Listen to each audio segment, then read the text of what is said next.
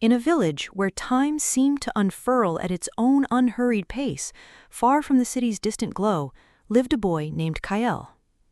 His bare feet, toughened by countless journeys over jagged earth, knew only the embrace of dust. His garments, faded and frayed, bore the marks of constant struggle, a tapestry of worn threads and patched holes. Yet within Kael pulsed a fervent spirit, a dream vibrant enough to outshine his humble beginnings. Every dawn, Kael embarked on a 5-kilometer trek to school, his steps echoing on the stony, sun-baked road. Each kilometer etched deeper lines of fatigue onto his young face, his feet aching with every stride. Still he walked, day after relentless day, fueled by an unwavering aspiration to become an innovator. He yearned to craft something that would lighten the burdens of others, and his first, most fervent desire was to build a lamp. His mother toiled selling yams in the bustling market, and their small dwelling remained cloaked in deep shadow once dusk descended. Kael envisioned a lamp for her, a beacon drawn from the sun's boundless energy. He began his quest by salvaging forgotten treasures from the village's discarded heaps, tangled wires, silent radio husks, and defunct batteries.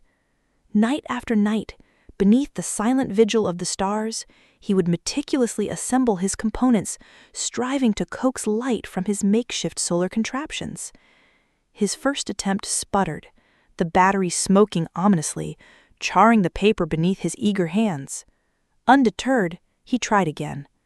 The second model, though assembled with more care, stubbornly refused to store power. He persevered. The third, a more refined attempt, shattered into fragments just hours before the school's annual science fair. At school, the children's laughter cut him deeper than any stone on the road. "You should stick to selling yams like your mother," one boy jeered, his voice laced with cruel amusement. "You'll never invent anything useful," another echoed. A cold knot tightened in Kael's stomach, threatening to spill hot tears from his eyes. He felt the weight of their words, but something stronger held him rooted. He did not yield. He did not flee. As night claimed the village once more, Kael sought out the local butcher, humbly requesting old newspapers. He devoured stories of legendary creators, their triumphs and trials inked onto brittle pages, meticulously jotting notes into a treasured, tattered book. His path then led to an elder in the village, a man whose hands bore the wisdom of countless electrical repairs. "You seek knowledge, don't you?" the old man, an electrician by trade, observed, his eyes twinkling. Kael nodded, a quiet determination in his voice. "Yes, I want to help my mother." The elder's weathered face softened into a smile. "Then never cease." Inspired, Kael plunged back into his work. He repurposed forgotten parts, twisting metal scraps from broken fans.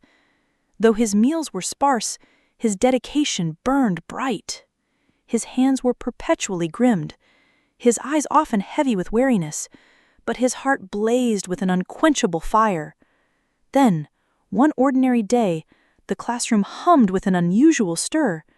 The stern-faced headmaster strode in, his voice cutting through the chatter. "Children, listen closely. A prosperous merchant will visit our school next week. His enterprise offers a significant prize, seeking out young innovators." The room erupted into a cacophony of excited whispers. "A rich man," a girl gasped. "Indeed," the teacher confirmed, "and he will select the most brilliant idea." The merchant arrived, a figure of polished gravitas, cameras trailing his every move. A glint of gold caught the light from his watch as he spoke to the headmaster. "We are in pursuit of genuine talent, eager to empower one exceptional child." Kael remained silent, shrinking into the back row.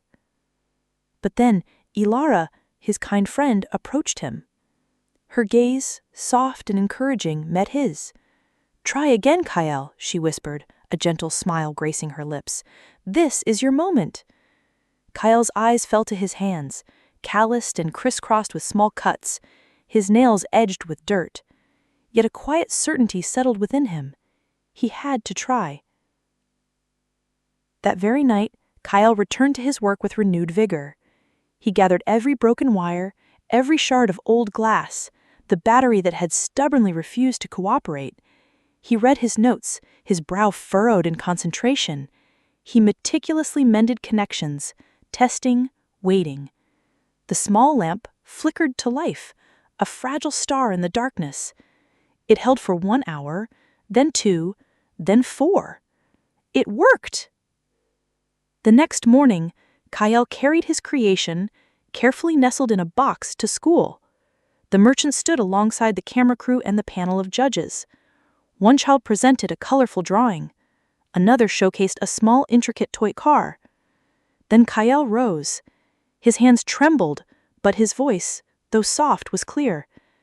"This is my solar lamp." He pressed the switch. A gentle, steady light bloomed, illuminating the hushed room. The judges exchanged surprised glances. The merchant stepped closer. "Where did you acquire these components?" he inquired, his voice low. "From the refuse," Kael replied simply.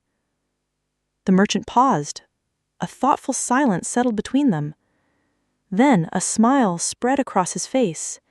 "This," he declared, his voice firm, "this is precisely what we seek." Kael won the prestigious prize. A prominent newspaper celebrated his ingenuity, proclaiming the story of a humble boy who had conjured light from discarded scrap.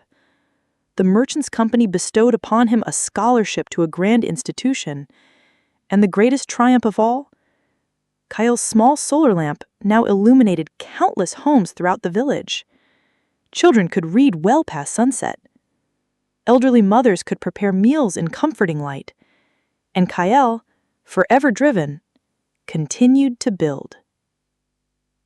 In the tapestry of our lives, you will discover that many stumble, not just once or twice, but perhaps many times. They embark on ventures only to meet failure. Laughter might follow them, voices might urge them to cease. But life's true champions are not those who never falter. They are the ones who rise with unwavering resolve every single time they fall. Perhaps you have begun something only for it to crumble. Perhaps voices around you have whispered doubts about your worth. Perhaps the path has grown impossibly steep. Yet if a belief still burns deep within your heart, if you still possess the courage to try again, you are stronger than you imagine.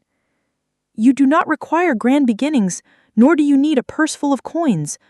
All you need is the indomitable will to press on. Keep learning. Keep building, one deliberate step at a time. No matter how many times you are knocked down, stand tall. Wipe away the tears. Mend what is broken. Begin anew. For in life, the most potent declaration is, "I will not surrender." And if you refuse to yield, one day someone will look upon your tireless effort and declare, "This is what we have been searching for." Keep moving forward. Keep the flame of your dream alive.